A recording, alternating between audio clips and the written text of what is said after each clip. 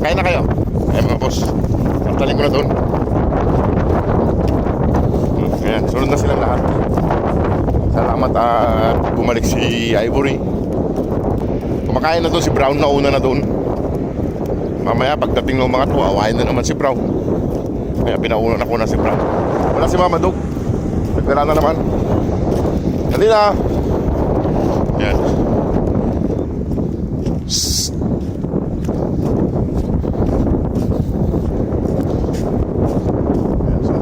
Ivory! Dali na. Ay, sumunod ni Ivory. Ay, mga busog pa mga boss si Ivory. Numan, kain na lang siya mamaya. Ay mga boss, sana po ay matulungan pa natin sila para po sa pagpapauwi natin sa kanila ng Pilipinas. Sana may sabay natin itong susunod na buwan, September. Buri ay busog pa yata mga boss, ayaw pa sumama. Kain na lang siya mamaya. Ayan, inumbusan na kayo ni Brown. Ayan. Kain na. Halika rito Brown. Pakainin mo yung iba. Ayan. Parang buntis to si Brown mga boss, oh. Parang buntis si Brown. Kain na. Parang buntis siya. Ang laki ng tiyan, tapos yung mga nipples niya ay lumalaki. Ya. Ayan, oh.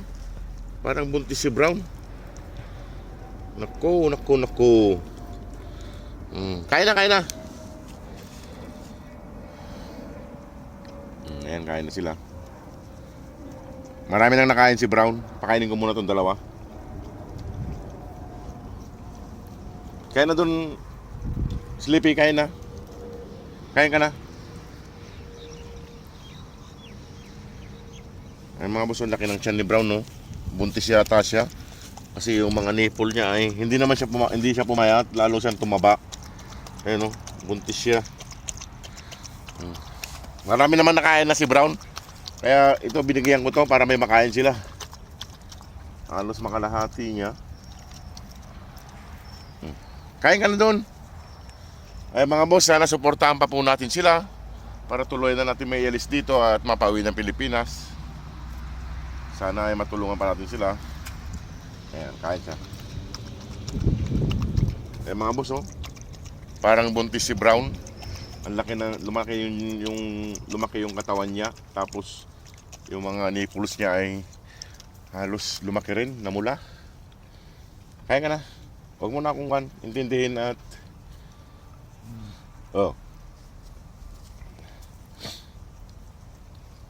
sana ay mapauwi na natin sila. Si Ivory ay nahigaan na naman dun sa may kwan, hindi sumunod.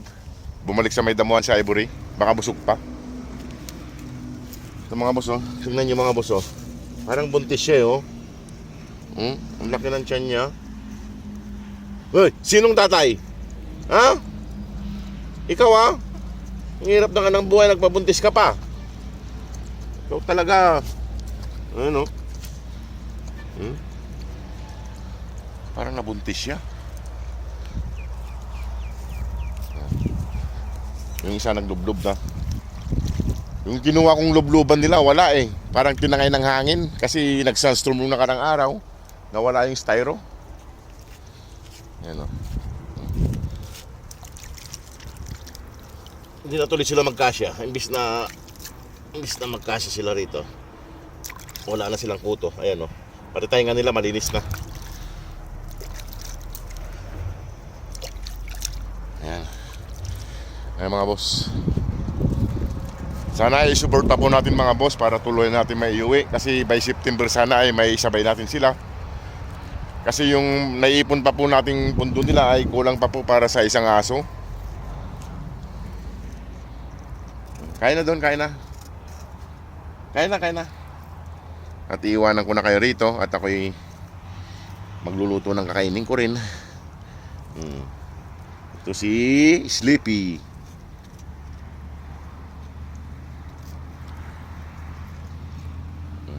Nakaligo na yung isa. Ayan. Ayan mga boss. O sige mga boss, at ako'y magpapaalam na rin. Ayan, pabalik na sa Ivory. Ayan, buntis yata. Parang buntis si Juan. Parang buntis si Brown. Madagdagan na naman sila rito. Ayan, kain na sila. Kain na yung dalawang magkapatid. Nagutom sila. Marami pa naman natitira para kay Ivory.